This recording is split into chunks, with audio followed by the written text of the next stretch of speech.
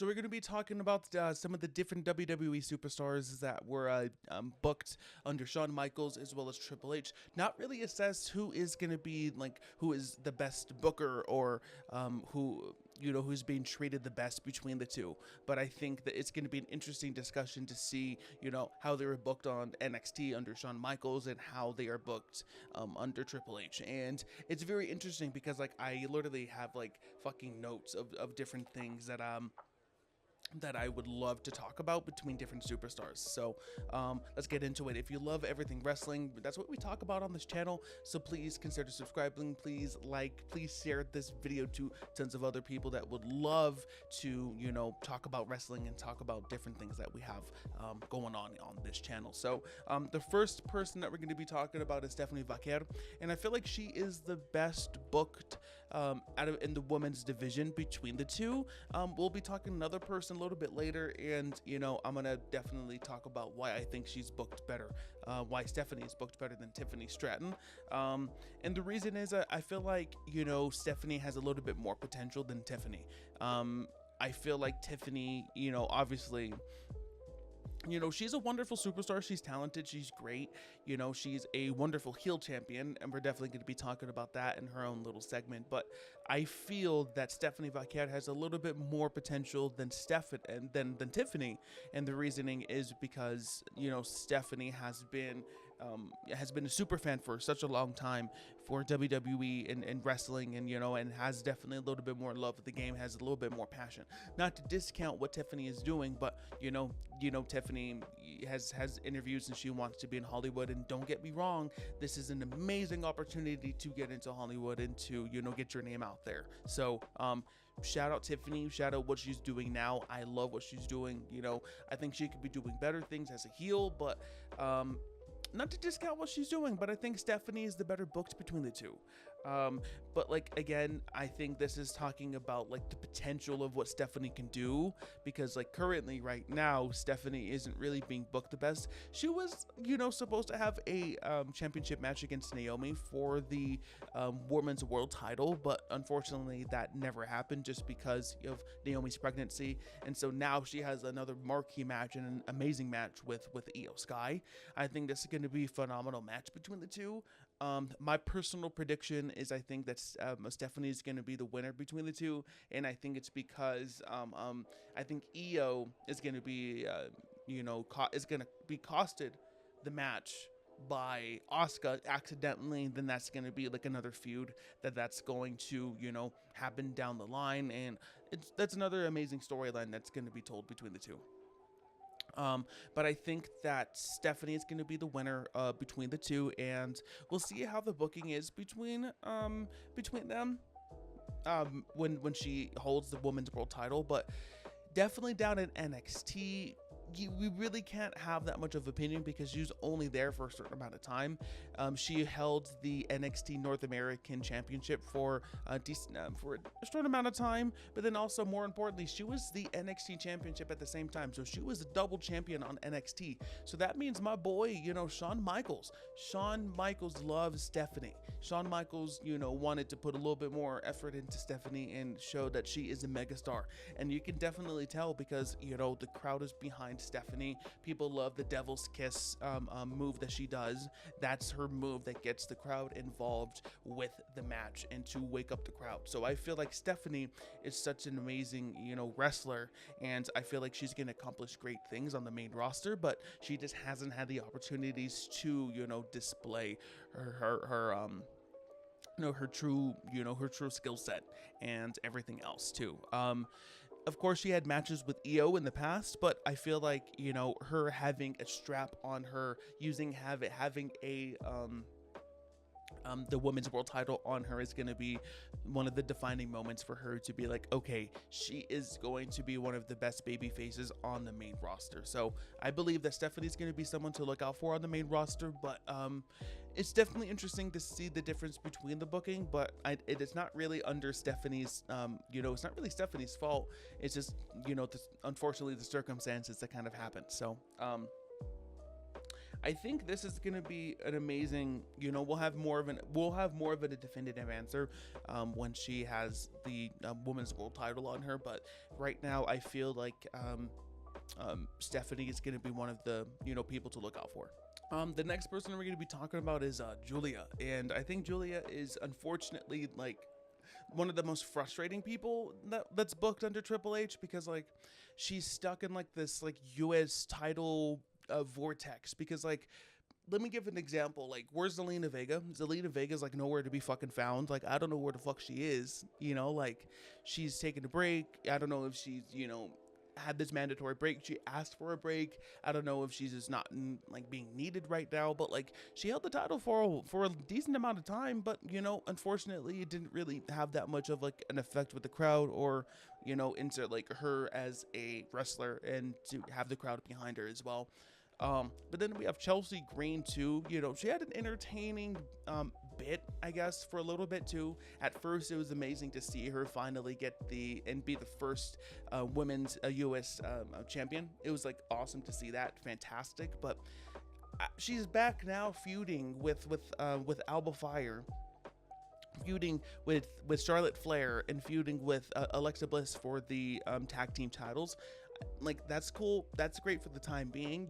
We definitely need more bodies for the women's tag team title scene, but like she's regulated back to that scene, and it's very frustrating because like Zelina Vega is an amazing wrestler, same with Chelsea Green, and same with like Julia. Julia is a better wrestler than them two, not to discount Chelsea, not to discount Zelina, but like Julia has an amazing character, she has amazing moves, she can take a beating. She had an amazing and fantastic match with Jordan Grace in NXT that had her take an insane bump that like I'm still kind of surprised that her neck is not busted. If you haven't seen that bump, please like go watch it. She's a beast in the ring. But like what makes me so like frustrated with her booking is like in NXT, like you had Shawn Michaels, and you can tell that Shawn Michaels loved Julia. Shawn Michaels put so much effort into Julia. Julia was like automatically catapulted into the main event scene with Roxanne Perez, and they had a marquee feud, and that was such an entertaining feud because like you had the top heel with Roxanne Perez, and you had a debuting Julia that was an amazing babyface that everyone was excited to see, and then obviously Julia became the NXT Women's Champion, so like that was a fantastic thing.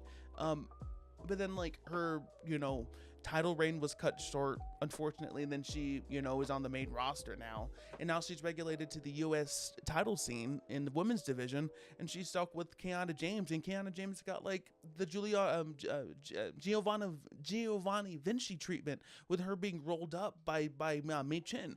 And again, that match was to set up and have Julia be like a devastating heel, but like again, like it's not like there, and it's a very frustrating thing. It's not like a fault of Julia, it's just like the booking is not there, and it's very like sad, and I wish Julia had much more like love and attention onto her, because she's such a talented wrestler. She's so amazing. Anyways, now we're going to be talking about another man, and that's Braun Breaker. Obviously, Braun Breaker is the best booked man coming from NXT to the main roster. Like, obviously, Braun Breaker even had a legendary NXT run, with him winning the NXT title two separate times, and he also unified the NXT United Kingdom Championship with the NXT Championship. So like him having and winning against Tyler Bate, which is like the youngest United Kingdom champion, and him also unifying those, and him winning the NXT Championship two separate times during his like 3-year run in NXT was so amazing and phenomenal. You can tell that he was going to be like a future star when he was down in NXT. Like, it was a given, and he's related to the Steiners. I don't think that it's like nepotism, because like that, but like I just think that Braun Breaker just takes to the business that well, Braun Breaker is so good. He's so fantastic, and he deserves so much, all the love that he's getting right now. I think he even beat Gunther in NXT to have Gunther go to the main roster. Then now Gunther is like a 2-time World Heavyweight title champion.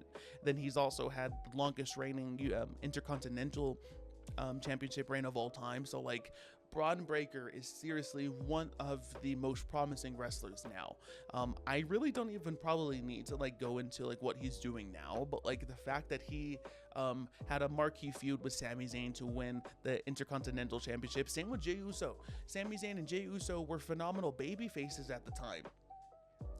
Sami Zayn not so much anymore. Jey Uso kind of going through like his own little like metamorphosis and character development with being a heel. But I think that this is a fantastic, way to catapult Braun Breaker into the main event scene, with him feuding with main eventers such as Jey Uso and such as Sami Zayn. Fantastic choice. But then now we got him ready to be in the Vision with Seth Rollins and Paul Heyman. He's even slated to be like the next Paul Heyman person, which is like a very impressive thing to even, have a thought in your brain, because Paul Heyman is like one of those people that if you are a Paul Heyman guy, then you're most likely going to be catapulted, or you are chosen to be the next up. Again, there's Brock Lesnar, there's Roman Reigns, but there's also stuff going against my argument. We can have a different video about that. But even Braun Breaker being hinted as to be another Paul Heyman guy, phenomenal choice, fantastic choice. You even saw a little tease of that in the past, and I think Paul Heyman being the manager for Braun Breaker eventually down the line is going to be phenomenal, so look out for that. Braun Breaker is phenomenal in ring at the same time too, and I think that like him being in the Vision with Seth Rollins and him being with Paul Heyman, I feel like this is going to, obviously have Braun Breaker be cemented into the main event scene. Like, he's going to be a WrestleMania main eventer for such a long time. He's going to be a multiple time world champion. He's cemented to be one of the best wrestlers in WWE. And I think he's going to be heading into a amazing feud, an amazing breakup with Seth Rollins, because he is the World Heavyweight champion right now. And I feel like that Braun Breaker is slated to be the one to dethrone him, and for him to be a babyface maybe. I would love to see a babyface Braun Breaker, because you see the crowd, pop for him. So Braun Breaker is a phenomenal, he is booked the best out of everyone. He is booked the best between the women, between the men, on the main roster in NXT. Like, Braun Breaker has so much promise. He is so phenomenal. On the opposite side of the spectrum, we have Tyler Bates, and I feel like this is like one of the more frustrating ones too, because like Tyler Bate has like everything going for him. I love Tyler Bate's character, with him being like the Zen master, meditation, type of breathwork type of dude, and he plays that very well with like his robe that he comes out with, and then him kissing the crowd and him doing with the crowd to like wave at everyone. His long hair, now has short hair, but like I feel like his look really fitted his character, and he had a very believable character. I loved what he had, and I loved his in-ring style. But like the moments that I saw, or heard, I should say, no, Catch Republic. I'm like, oh God, oh no. Like I sighed, and I'm like, they're really doing Tyler Bate like that. Like they really gave Tyler Bate and Pete Dunne the Def Rebel treatment. If you get the Def Rebel treatment, then like red flag on the plate. Like, oh no. I knew that it was kind of over for him, not really over, but like, granted, Tyler Bate had an injury at the same time, so like that was like unexpected, but still, like, you would wish that like Tyler Bate had a little bit more emphasis into the tag team division, and he can be cemented into be one of the best like tag teams. we'll see what he has going on with the El Grande faction that he has with Ludwig Kaiser and Pete Dunne. Like, I think it's going to be a phenomenal and very entertaining trio with between the three of them, and maybe they'll have them go against, have them be contenders for the Raw division on the tag teams, for the tag team titles. I think that would be fantastic. That would be wonderful. But like, I think Tyler Bate is an example of like, he was booked amazing under NXT because like he was the youngest NXT United Kingdom champion for such a long time. He even had that marquee match, as I said, with Braun Breaker as well. So, you know, like he has so much promise, but he's not being utilized the best due to injury. But also like, my boy got the Death Rebel treatment. Moving on to another woman, we're going to be talking about Roxanne Perez, and I feel like Roxanne is on the brink of being one of the next stars. She is like, you can feel it. You can feel that Roxanne is like going to be and going to do great things, but we're just kind of waiting for that specific moment, because like, she's with a faction with Dominic Mysterio. She's on a faction with Dominic Mysterio, with Finn Balor, and then also Liv Morgan when she comes back. I believe they're going to be feuding between the two. I think that's going to be a very entertaining feud with Liv Morgan and Roxanne Perez. And I think that's going to, you know, cement Roxanne Perez to be one of like the top heels within the women's division on Raw, or even the women's division in general. So like, she's almost there. She had the tag titles for a little bit too. I would love to see her booking when Liv Morgan comes back to see how that goes. But Roxanne Perez held the NXT Women's title for 2 different times in NXT. She is trained by Booker T, and so like, I mean, having Booker T's booking or expertise and having his wisdom and having his mentorship is definitely going to go a long way with Roxanne Perez, and you can tell with her booking down at NXT. I was definitely more of a fan of Roxanne Perez's second NXT championship run, just because of like, she did her job of the obnoxious like fucking heel. It made me want to have Lyra win the NXT Women's Championship so much. So she did her job. She's a phenomenal heel. I do enjoy her heel work a little bit more than her babyface work, and it was great to see her transition from babyface to heel down in NXT. But as I said, she has like everything going for her right now, but I just hope that they don't fumble her with like this Liv Morgan feud when Liv Morgan comes back from injury.